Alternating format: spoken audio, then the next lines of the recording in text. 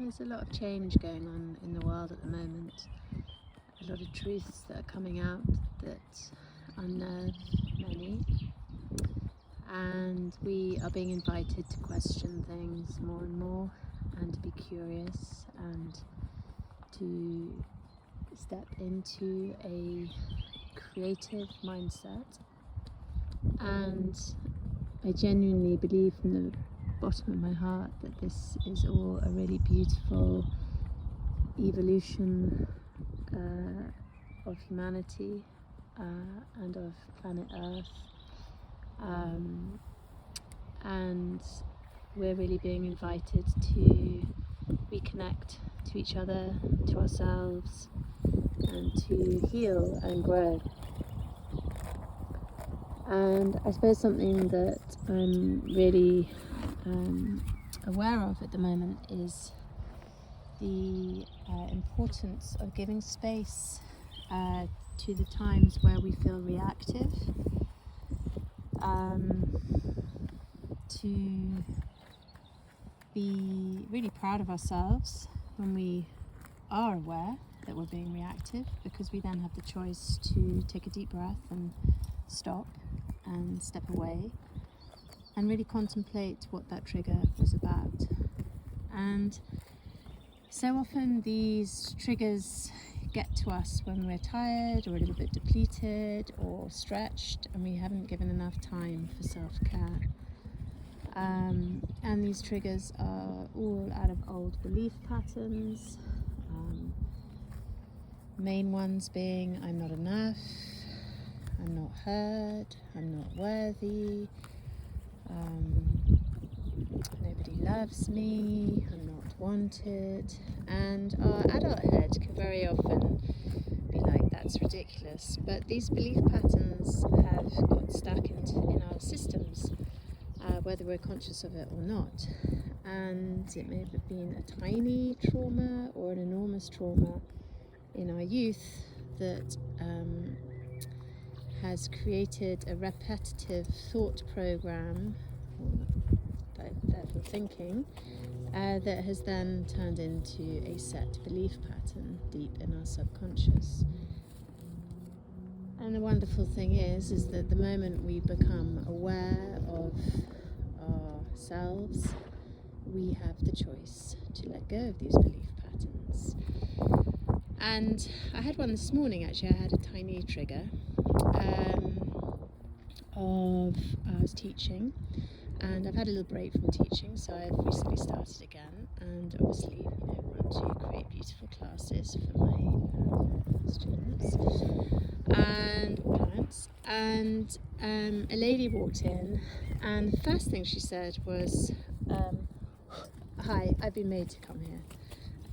And my heart was like, that's beautiful that you're here, and I'm truly grateful for your attendance. But my head and my subconscious belief of I'm not worthy, I'm not enough, suddenly was triggered. Like it was like, am I worthy of her attendance? So I really worked with it while teaching the class, telling myself I am worthy, I am enough, and some people will love what I do and other people will not, and that's okay. That is the beauty of life, and that we all have our different things to offer, and people will resonate with one and not another. And that's the beauty of transformation, is that we can grow alongside each other and with each other. So the reason I share that story is because I was really pleased and excited that I could grab that belief before it made me melt and ruin my class. And probably only 2 years ago, I would have finished the class and I would have held the space, but I would have felt so depleted by the end of it because I would have felt unworthy. Now, I know I'm worthy and I know I'm enough, but what I'm trying to share here is that these things can be triggered, and then we spiral into this pattern of thinking where suddenly we're like, oh my god, do what I could have done, etc., etc., etc. So the moment I think I've gone off on a tangent. So going back, once we have recognised that belief pattern, we can then shine awareness on that. And the moment we shine awareness on anything, we pop light on it. And when we pop light on anything negative or shadow-like dissolves. And we can say, I am enough, I am worthy, rather than I am not. And we're then reprogramming our subconscious. We're reprogramming those belief patterns. And any thoughts or energy that are attached to that subconscious program are also dissolved.